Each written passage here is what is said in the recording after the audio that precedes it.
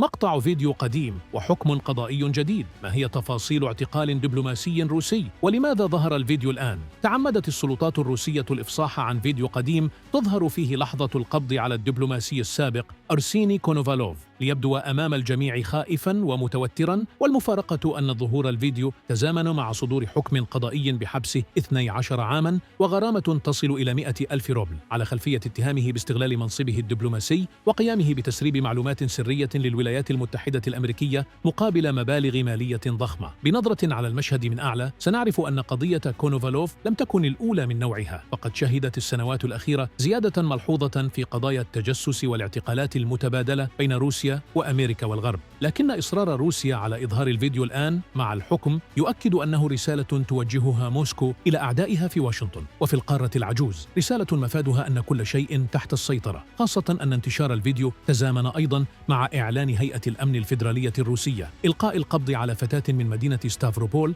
حاولت تنفيذ هجوم إرهابي ضد ضابط في وزارة الدفاع الروسية. لكن السؤال الآن: هل رسائل روسيا الساعية لإثبات قوتها الأمنية سيعقبها تطورات في الحرب مع أوكرانيا؟